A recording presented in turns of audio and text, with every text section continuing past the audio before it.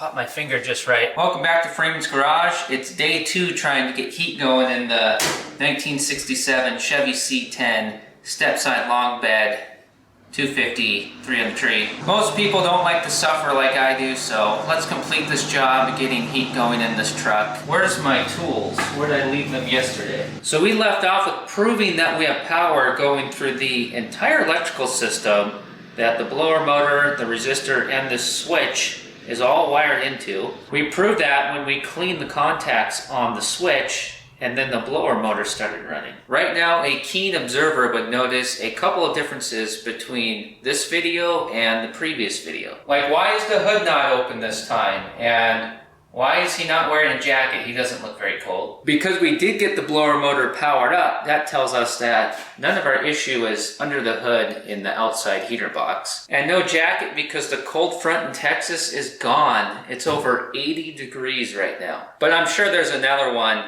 coming around.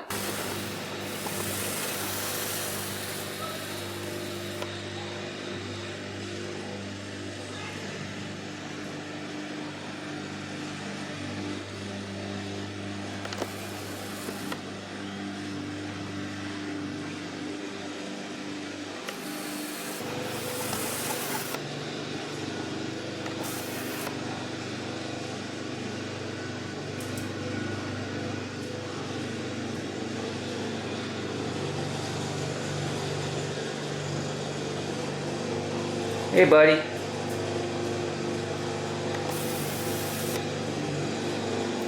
Oh, there's 2 of you. Yard work going on in the background and feathery friends wandering into Freeman's garage. Guys really got to get this project done. The lawnmower's probably annoying, but we got to get this done, fellers. I'm thinking that if we take this switch apart and clean it out real good and lube everything up, that might be all we need. I kind of feel like we had an intermittent power issue yesterday though. I don't know, you have to go back and watch that video again if you want to try to pick up on what I'm laying down here. You just got to get these 3 tabs, or crimps if you will, peeled back so that we can separate this. And then right here is where we're gonna lube it up. It's been a long time since I popped one of these open. I don't recall the best method to do this. Okay. Well, this is working right here. You can see I got her peeled back a little bit. We'll do that to the other 2. It should come apart. Some of you left some comments on the previous video with some ideas or suggestions about getting this heat working and what to do with this switch. And I'm wondering, do we share the same brain? What you guys suggested is exactly what I was thinking. Just got to bend one more tab back. That one right there. I think the lawn mowing action going on down the street, I think that's actually a father teaching his son how to cut the grass, possibly for the first time. I don't know, I'm not paying attention very closely, but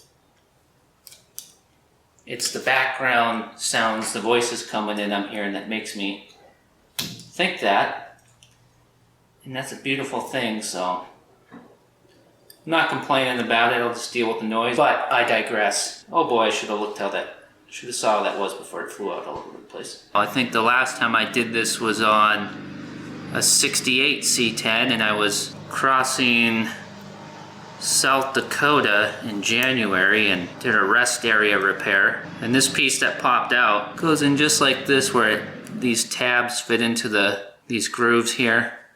I'll take the spring out so we don't lose it. You can see it just slides back and forth. Obviously it's doing it really easy now because there's no spring tension on it. You can see how dirty that is. Should definitely help to clean that up. You can actually get these tabs too where the power comes in and goes out cleaned up better now that we have the switch apart.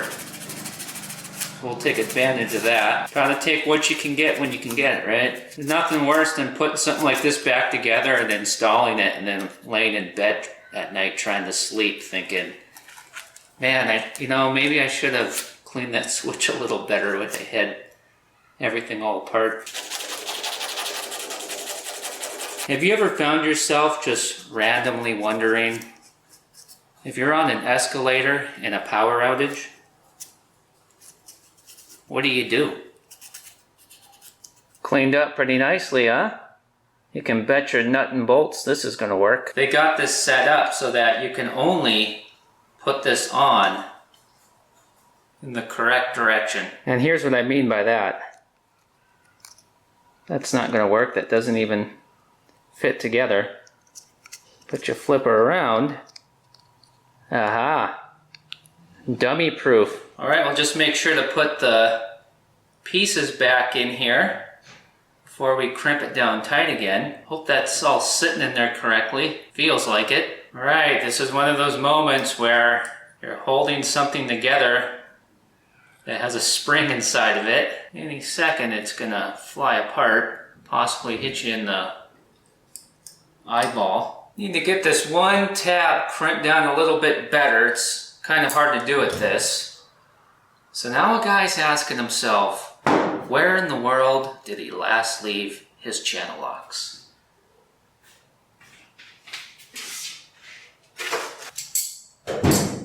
We've used this stuff before. Get a little bit on that bushing. Got a little bit on the hood. I think that'll be okay.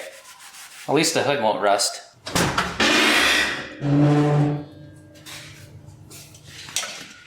Alright, first let's just triple check that we have power, just for funsies.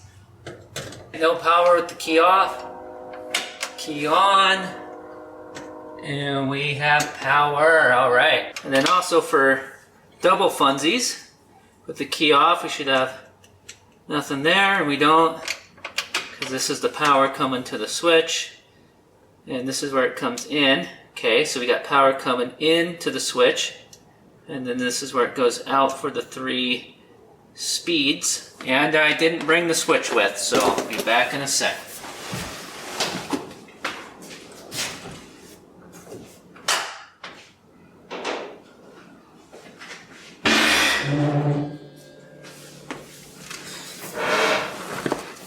Alright, so that should be the off position. Plug it in.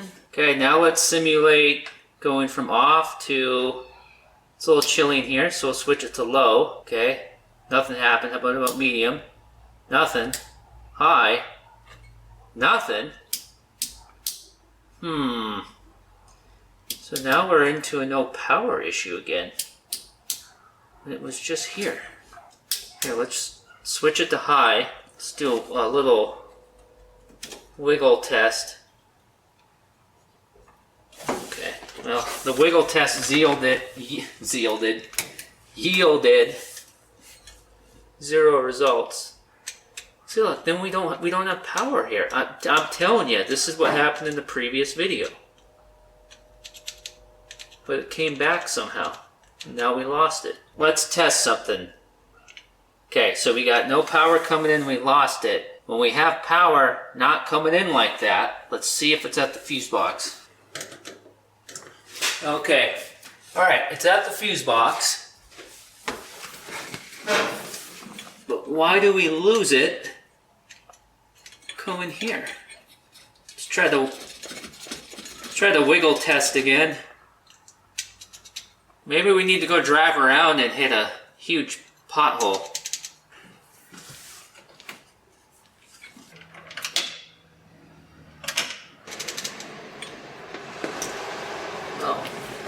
Why are we losing? Okay, so we're getting power here at the fuse box, but then we're not getting power here at the switch. We are and we're not. It's intermittent, which makes me think maybe a loose wire, possibly. Somewhere between there and there. So I think what we need to do is ruse around under here. Did I mean to say ruse or root? I'm not sure. But there's a connection right there with the brown wire. I'm trying to squeeze my arm in here so I can show you. Okay, So this goes to the switch, that's our power going in. Then that goes up into the wiring harness, which goes to the fuse box. So let's pop this apart right here. Let's see if we're getting power here, because it's going this way. I cannot see a gosh darn thing under here, which means you probably can't either. You know, a guy could be in the easy chair right now. He could be in the camouflage recliner watching Hogan's Heroes. Come on, you little minx. You're gonna make me cause more damage. How do you not just pop out? I don't get it. Oh, we almost got it. I feel like I'm destroying things, though. That's the problem. I feel like I'm pulling too hard on this wire,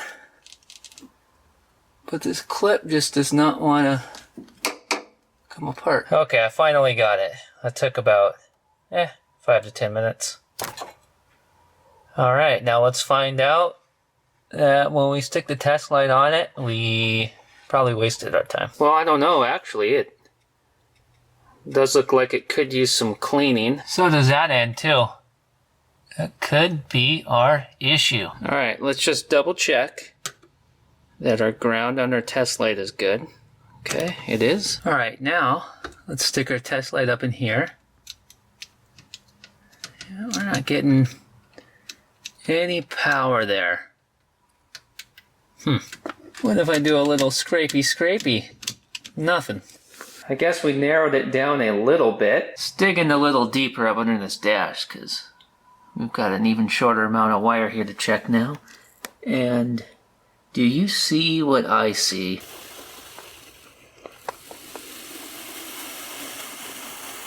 Well now, that's what you call a hot surprise.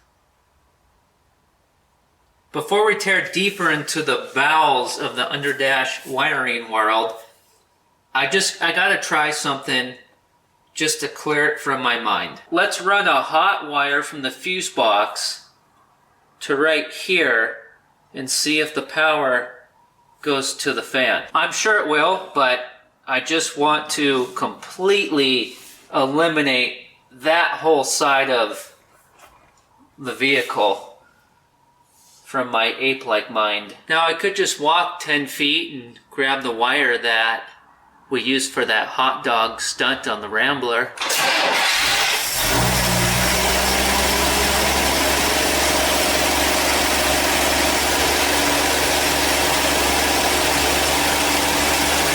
And we could plug that into the cigar lighter spot, but we already got a hot wire here for the stereo, so I'll just pop it out of the back of the stereo and stick it into our fan wiring.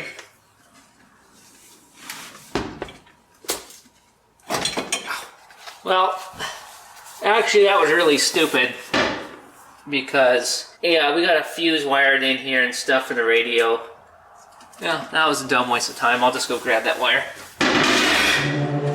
The truth is that I was just assuming that I would never find that wire.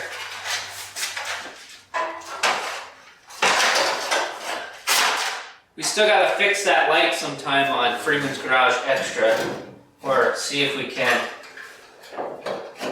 But yeah, I remember that it is in here hooked up to the coil.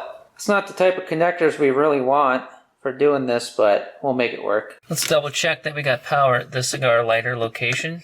And we do. Just trying to prevent us from doing circles around ourselves.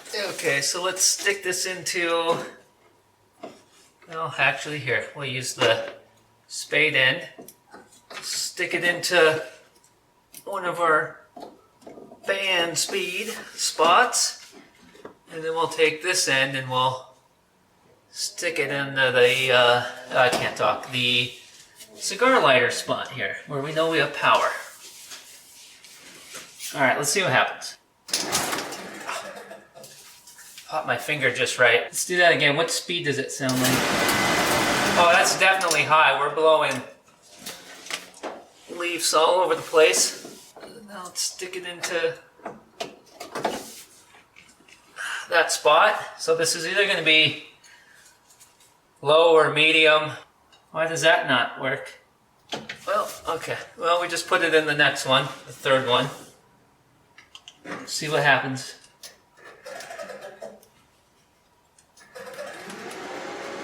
Okay, that sounds like low.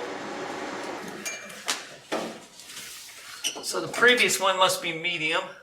Let's try it again. Maybe we just weren't getting a good connection. Okay, that's probably low. Okay, what does that tell us? Well, that tells us that we're on the right track. The blower motor / fan and its ground is good. The resistor appears to be working because we got low, medium, and high, so pretty much everything on this side of the vehicle is good. So let's continue with our further investigation under the dash on the driver's side. If we wanted to, we could just call it good right now and just drive around with this hot wire hooked up under here, and we could just manually select low, medium, and high. But I'm a little too sophisticated for that. I enjoy the finest of creature comforts in my vehicular rigs.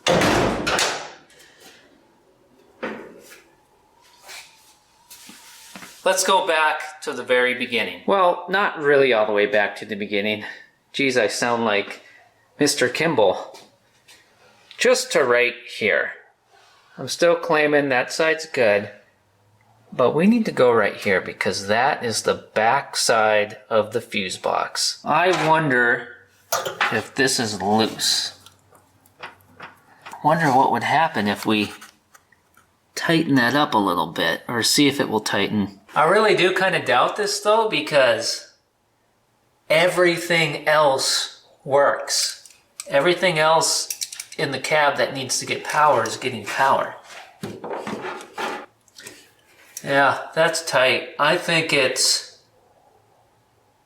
not power coming into the fuse box, it's power leaving the fuse box. I think we need to take the fuse box off. Let's disconnect the battery when we do this, just in case. And of course I had a 1/2-inch wrench in my back pocket like always, so that always makes things easy. Gotta carry one of those on you. 1/2-inch wrench will do just about anything.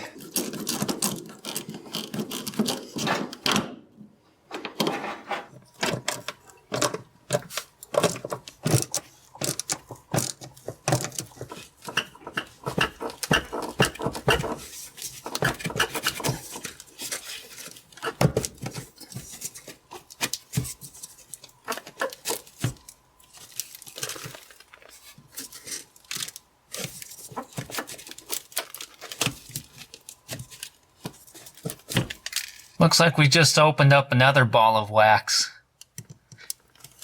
I gotta go in and study the wiring diorama over a plate of hot meatloaf. A guy's gonna have a full day tomorrow for this, so we're gonna lick it for sure. Be back here tomorrow on Wednesday. Well, it's so late now, you're probably watching this for the first time on Wednesday. Either way, part 1 of this No Heat series just popped up on your screen, so go ahead and watch that if you haven't yet, and we'll see you tomorrow all bright-eyed and bushy tail.